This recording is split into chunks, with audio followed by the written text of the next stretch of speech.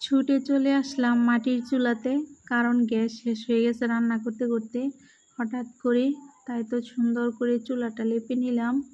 এখন রান্না করব, তার জন্য মশলাপাতিগুলো বেটে নিচ্ছিলাম। তাও রান্না করব আবার মাটির হাঁড়িতে।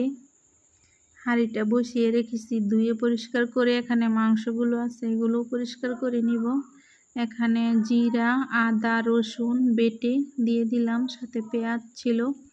তারপর হলুদের গুঁড়ো, মরিচের গুঁড়ো, লবণ, পরিমাণ মতো তেল দিয়ে সুন্দর করে এগুলো মেখে কিছুক্ষণ ঢাকনা দিয়ে রেখে দিব। তার মধ্যে চুলাতে আগুন ধরিয়ে নিব, কারণ অনেক দিন ধরে রান্না করি না বৃষ্টির কারণে।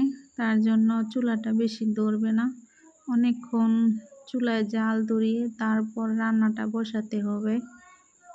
এই তো বসিয়ে দিলাম। অনেকটা সময় লাগবে, কারণ অনেক দিন ধরে রান্না করি না চুলায়। যাই হোক, এখন আবার সুন্দর মতো জ্বলছিল আগুন। রান্না করব, এদিকে হাঁস মুরগি থাকবে না, তা কী করে হয়। এই তো মাশাআল্লাহ আমার রান্নাটা হয়ে গেল। আল্লাহ হাফিজ।